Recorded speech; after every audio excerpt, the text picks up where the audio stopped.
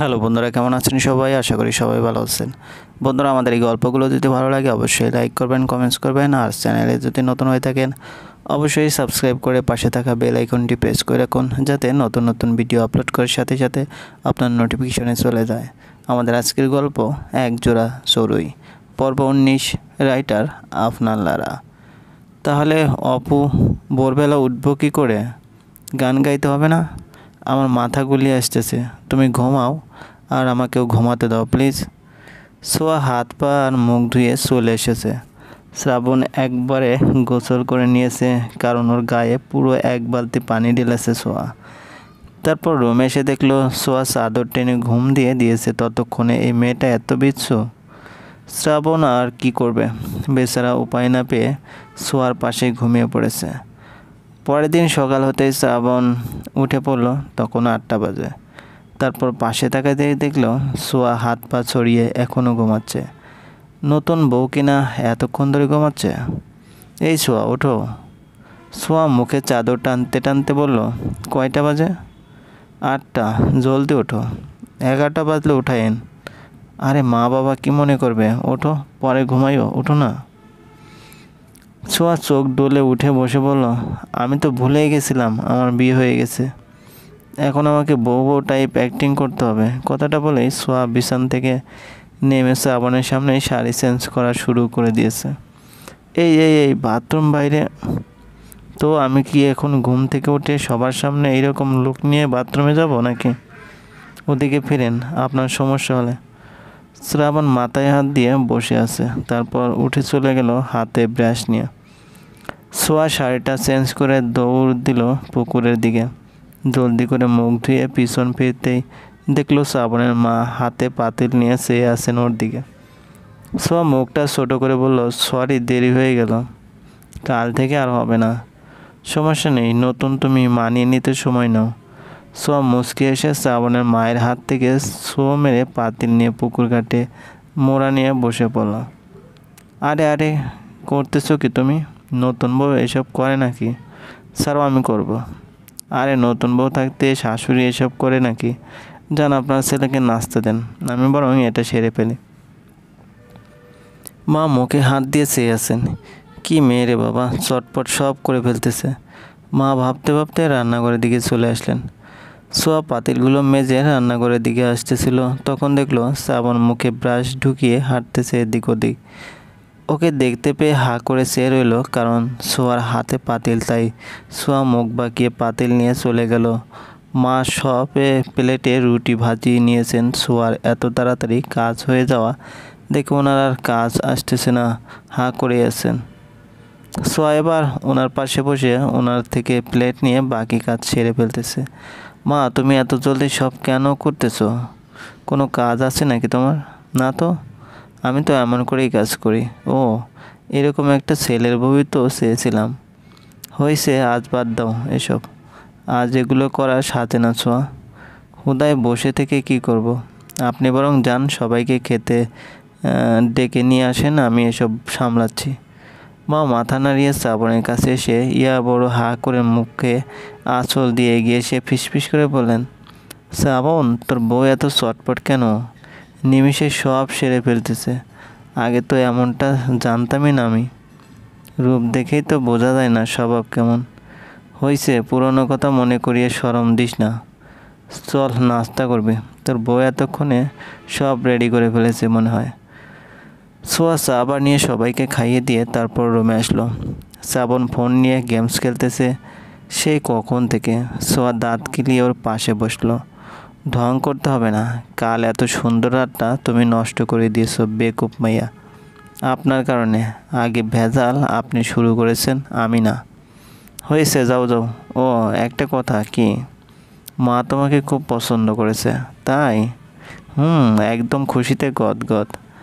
আজ তো আবার বাসায় ফিরে যাব, তাই না? হ্যাঁ, এসব ছাড়ো, আমার দিকে তাকাও।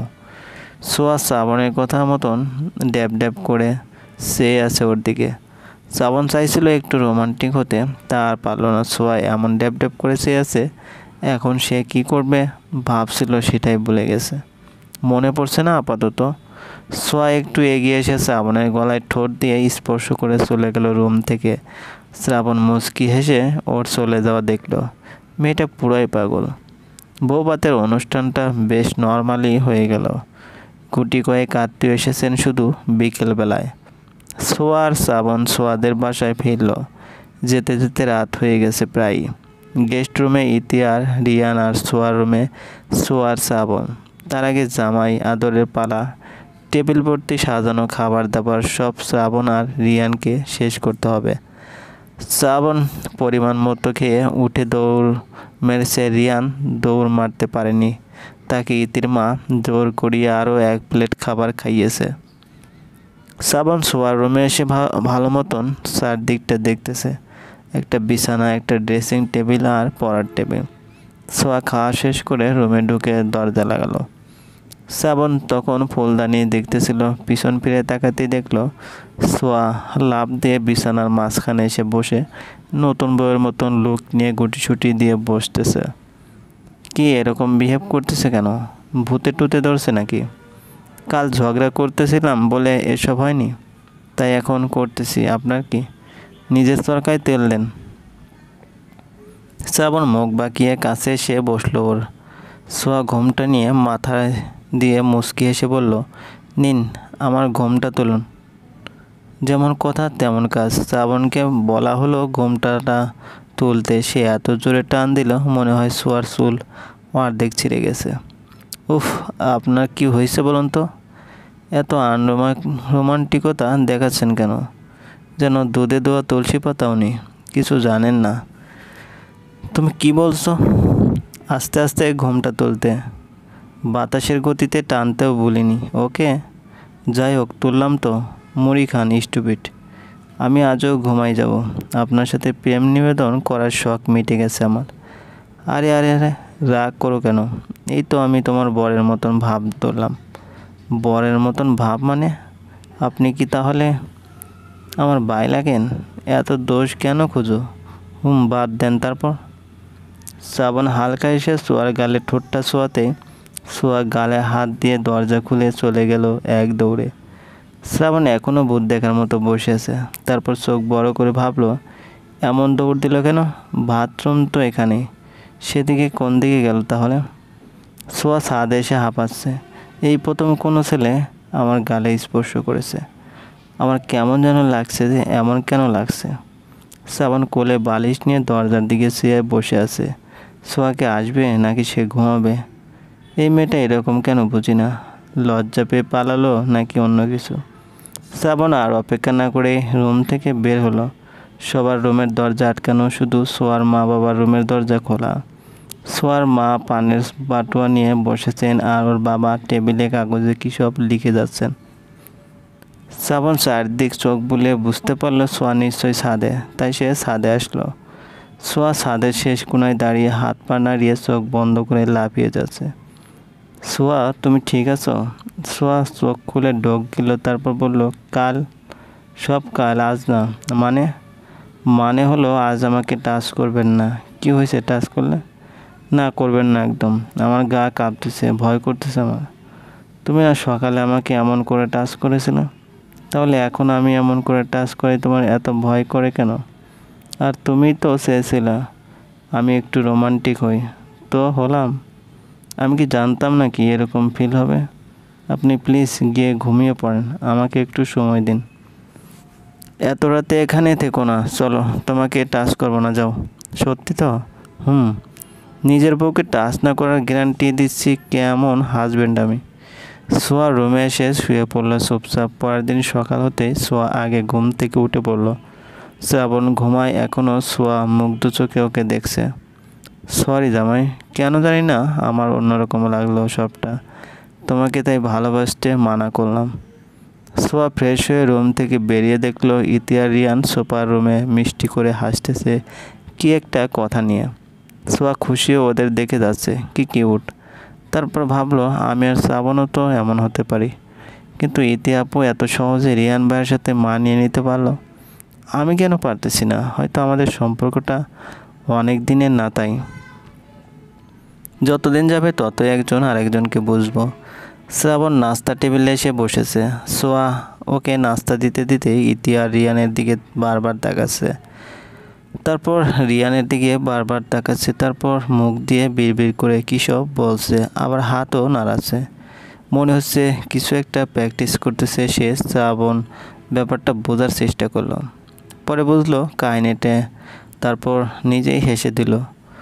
রিয়ান চমকে জিজ্ঞেস করলো সে কেন হাসতেছে। শ্রাবণ সোয়ার দিকে চেয়ে বলল, তেমন কিছু না, একটা পাগলের কাজ কাম দেখে খুব হাসি পাচ্ছে। সোয়ার মনে হলো শ্রাবণ কথাটা ওকেই বলেছে। বুড়োটা কুঁচকে সে রান্নাঘরের দিকে চলল। শ্রাবণ নাস্তা করে আবার সোয়ার রুমে ফিরে এসেছে। সোয়া বড় একটা শ্বাস নিয়ে নিজেও আসলো রুমে। এসে দেখলো শ্রাবণ বিছানায় বসে পা দুলাচ্ছে। সোয়া দরজাটা লাগিয়ে শ্রাবণ পাশে এসে বসে পড়ল। এত স্ট্রঙ্গিরি দেখাতে হবে না, ইতি যথেষ্ট ম্যাচিউর বলেই রিয়ানের সাথে মানিয়ে নিতে পেরেছে। তুমি নিজেকে ওর সাথে মেলাও কেন? আপনি কি করে বুঝলেন? তোমাকে আমি হাড়ে হাড়ে চিনি, এখন এসব বাদ দিয়ে রেডি হয়ে নাও। কেন? ও মা, হানিমুনে যাব না? সাজেক? ওটা তো আমার প্ল্যান করা ছিল, আপনি জানলেন কি করে? তোমার হানিমুনের জন্য করা লিস্টটা ইতি আমাকে দিয়েছিল সেদিন হাসপাতালে। আচ্ছা, তাহলে বাকি সবার নিশ্চয়ই দেখেছেন। জি, সাজেকের কোনায় কোনায় যাবেন, বাঁশ মুরগি খাবেন, তারপর সাজেক থেকে সোজা খাগড়াছড়িতে আমার বাসায় যাবেন। ওখানে বেশি ভালো লাগে আমার। আমিও যে একা, তুমিও যে একা। হয়েছে হয়েছে, দরজা লাগাইছো কেন সে বলো। আসলে এই যে স্ট্রং হইতে চাইলাম, তারপর একটু পরেই আপনি মনে করিয়ে দিলেন আসলে আমি ইতিহাপুর মতো ম্যাচিউর হয়নি এখনও। হা, যাও চা নিয়ে আসো, তারপর বের হওয়া যাবে বাসা থেকে। বেকুব মাইয়া একটা। সোয়া মাথায় হাত রেখে জিভে কামড় দিয়ে চলে গেল।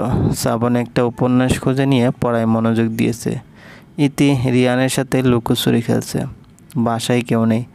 মা বাবা গেছে হসপিটালে, কারণ তাদের ডায়াবেটিস।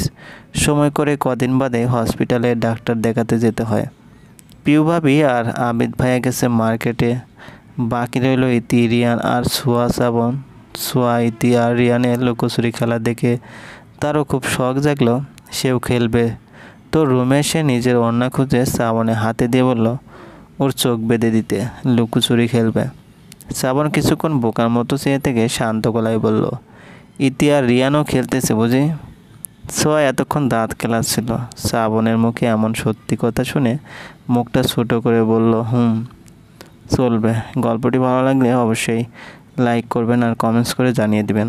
নেমে শ্রাবণের সামনেই শাড়ি চেঞ্জ করা শুরু করে দিয়েছে। এই বাথরুম বাইরে। তো আমি কি এখন ঘুম থেকে উঠে সবার সামনে এইরকম লুক নিয়ে বাথরুমে যাব নাকি? ওদিকে ফিরেন আপনার সমস্যা হলে। শ্রাবণ মাথায় হাত দিয়ে বসে আছে, তারপর উঠে চলে গেল হাতে ব্রাশ নিয়ে। সোয়া শাড়িটা চেঞ্জ করে দৌড় দিল পুকুরের দিকে।